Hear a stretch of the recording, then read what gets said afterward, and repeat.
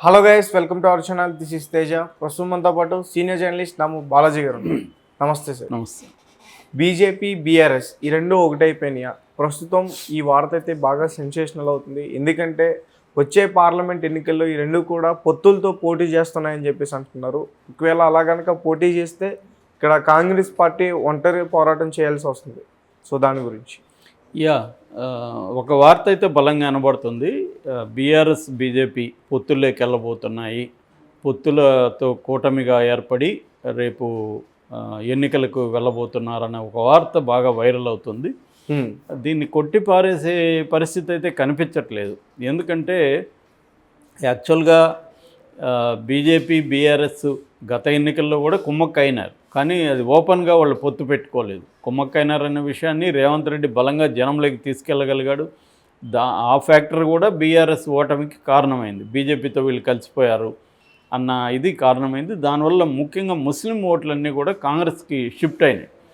మనకేందంటే గత కొంతకాలంగా దేశంలో చూసుకున్నప్పుడు ముస్లిం ఓటర్సు ఆల్టర్నేటివ్ ఉన్నప్పుడు ముఖ్యంగా కాంగ్రెస్ వైపు చూస్తున్నారు వాళ్ళు. ఎందుకంటే ఈ దేశంలో బీజేపీతో ఎంతో కొంత పోరాటం చేయగలిగేది కాంగ్రెస్ ఒకటే అనే విషయం అర్థమైంది. ఇంకా మిగతా రాజకీయ పార్టీలు ఏవి కూడా, లోకల్ పార్టీలు ఏవి కూడా బీజేపీతో స్ట్రాంగ్గా ఫైట్ చేయట్లేదు.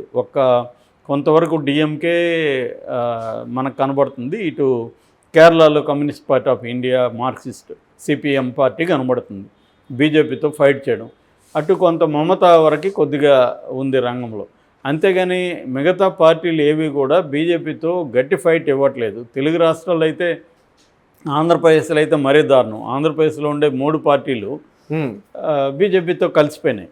ఇటు జనసేన, తెలుగుదేశం, వైసీపీ 3 కూడా కుమ్మక్కైనవి అక్కడ బీజేపీతో. కాబట్టి ఇక్కడికి వచ్చేసరికి బీఆర్ఎస్ గతంలో కేసీఆర్ బీజేపీకి వ్యతిరేకంగా దేశవ్యాప్తంగా నేను రంగంలోకి దిగుతానని ఆయన దిగాడు. బీజేపీకి కాంగ్రెస్కి సమాన దూరం పాటించి తృతీయ కూటమిని, థర్డ్ ఫ్రంట్ని నేను పెడతానని చెప్పాడు. సడన్గా ఆయన కాడి పారేసిన ఎద్దులాగా సడన్గా పడేసి సైలెంట్ అయిపోయాడు. కుమ్మక్క అయిపోయినారు అనేది అర్థమవుతుంది క్లియర్గా. ఆయన కంప్లీట్గా సైలెంట్ అయిపోయారు. ఆయన మీద, కవిత మీద కూడా ఈడీ కూడా సైలెంట్ అయిపోయింది. ఈ మధ్య మళ్ళీ ఈడీ ఏదో నోటీసులు ఇచ్చింది.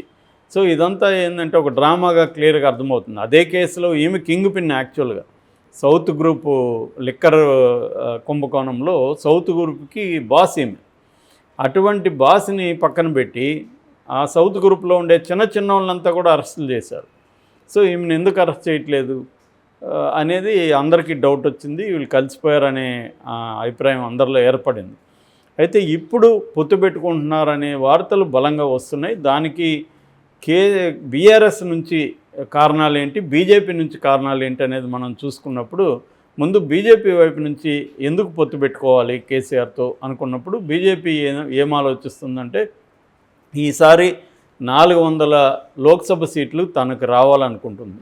ఇది ఇందిరాగాంధీ పీరియడ్లోనే సాధ్యమైంది. ఇందిరాగాంధీ తర్వాత ఇప్పటివరకు దేశంలో ఏ పార్టీకి కూడా 400 సంఖ్య రాలేదు సింగిల్గా. ఒక బీజేపీనే ఈ మధ్య కొంత 300 దాటింది.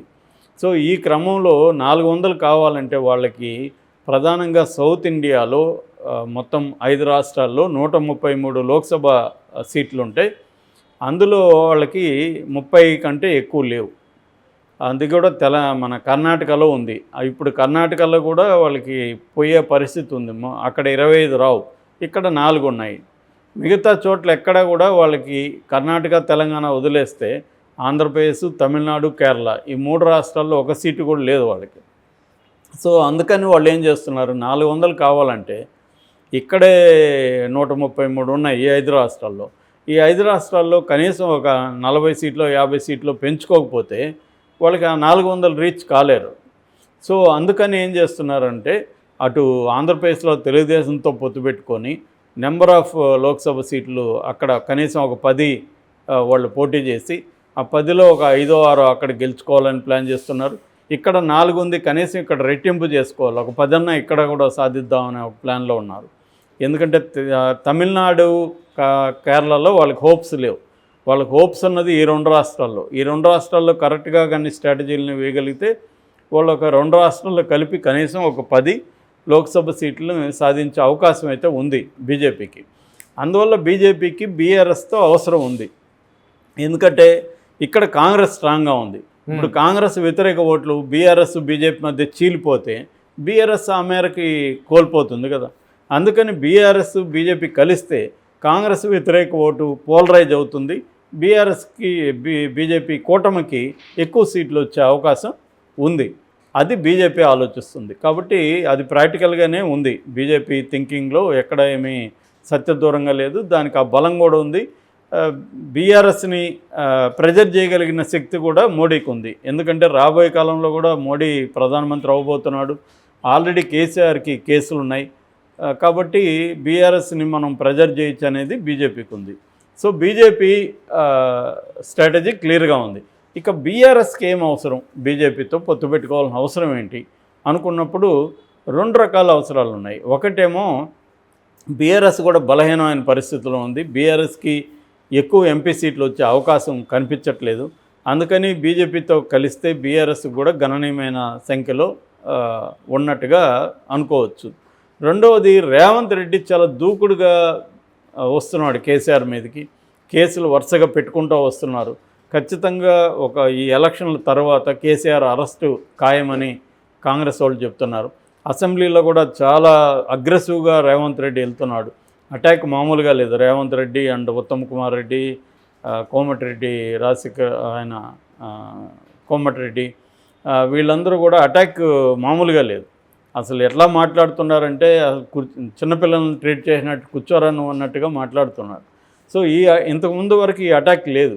సో ఇది ఇప్పుడు పెరిగింది. దీనివల్ల కేసీఆర్ కానీ అరెస్ట్ అయినా లేకపోతే వాళ్ళ కుటుంబ సభ్యులు అరెస్ట్ అయినా కేసీఆర్కి అది చాలా బ్యాడ్ రిమార్క్ అయిపోతుంది. ఆయనకి 70 వచ్చింది, మొన్న బర్త్డే జరుపుకున్నారు. 70 ఏళ్లలో ఆయన కూడా చంద్రబాబు లాగా జైలుకు వెళ్తే మోడీ కానీ తమకు అండలేకపోతే ఇక్కడ ఆయన కోర్టులో చంద్రబాబు కన్నా లీగల్ నెట్వర్క్ బలంగా ఉంది కాబట్టి ఆయన బయటపడగలిగాడు. ఇక్కడ కేసీఆర్కి అంత లీగల్ నెట్వర్క్ లేదు. చంద్రబాబుతో పోలిస్తే కేసీఆర్కి లీగల్ నెట్వర్క్ కూడా లేదు. ఒక్కసారి కానీ కేసులో ఇరుక్కొని వెళ్ళాడంటే మటాష్. రెండో వైపు ఇక్కడ బండి సంజయ్ ఆల్రెడీ చెప్తున్నాడు, మేడిగడ్డది మీరు సిబిఐకి అప్పగించండి అని. సిబిఐకి అప్పగించి ఈడీ రంగంలోకి దిగాయనుకో, ఆల్రెడీ కవిత మీద ఈడీ ఉంది, సిబిఐ ఉంది. ఇప్పుడు కేసీఆర్ మీద కూడా సిబిఐ ఈడీ రంగంలోకి దిగాయనుకో, కుటుంబం జైల్లో ఉండాల్సిన పరిస్థితి ఏర్పడుతుంది. సో ఇది రాకుండా ఉండాలంటే కేసీఆర్కి గత్యంతరం లేదు, బీజేపీతో పొత్తు పెట్టుకోవాలి. సో రేవంత్ రెడ్డి అనే ఒక భూతము, ఒక భయం నుంచి ఇటు వెళ్ళాల్సిన పరిస్థితి ఏర్పడింది. అంటే 2 భూతాలే కానీ ఒక భూతం నుంచి ఎస్కేప్ అయితే ఇంకొక భూతం సేవ్ చేస్తుంది. ఇటువంటి పరిస్థితి కేసీఆర్కి వచ్చేసింది. అందువల్ల కేసీఆర్ పొత్తు పెట్టుకోకపోతే కేసీఆర్కి కష్టం. అయితే దీనివల్ల స్టేట్ బీజేపీలో ఉండే నాయకులు మాత్రం ఇబ్బందే. ఎందుకంటే బండి సంజయ్ వీళ్ళందరూ కేసీఆర్ మీద భయంకరంగా పోరాటం చేశారు. ఇప్పుడు అదే కేసీఆర్తో కలిసి వాళ్ళు నడవాలి. సో బండి సంజయ్ కావచ్చు, ఈటెల రాజేందర్ లాంటి వాళ్ళు కేసీఆర్ మీద ఎంత పోరాటం చేశారో మనకు తెలుసు. అలాంటి నాయకులకు మాత్రం పొత్తు పెట్టుకుంటే రేపు ఇబ్బంది. కానీ central committee, BJP central committee, రాష్ట్ర కమిటీ వాళ్ళ నాయకుల అభిప్రాయాలకి పొరకు పుల్లంత పూచుకు పుల్ల అంటారు కదా, పూచుకు పుల్లంత వాల్యూ కూడా ఇవ్వదు.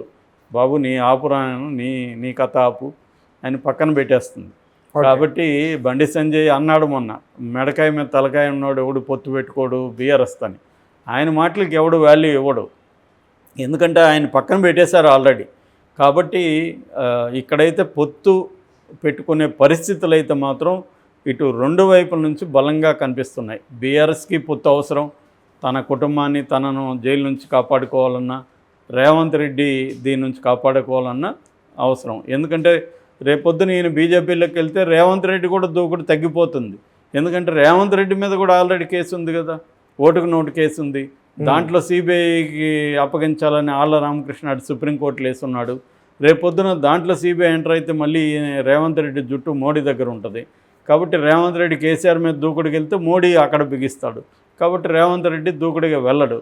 సో ఈ సమీకరణాలను పట్టుకొని కేసీఆర్ బీజేపీతో పొత్తులోకి వెళ్ళే అవకాశాలు ఎక్కువ కనిపిస్తున్నాయి.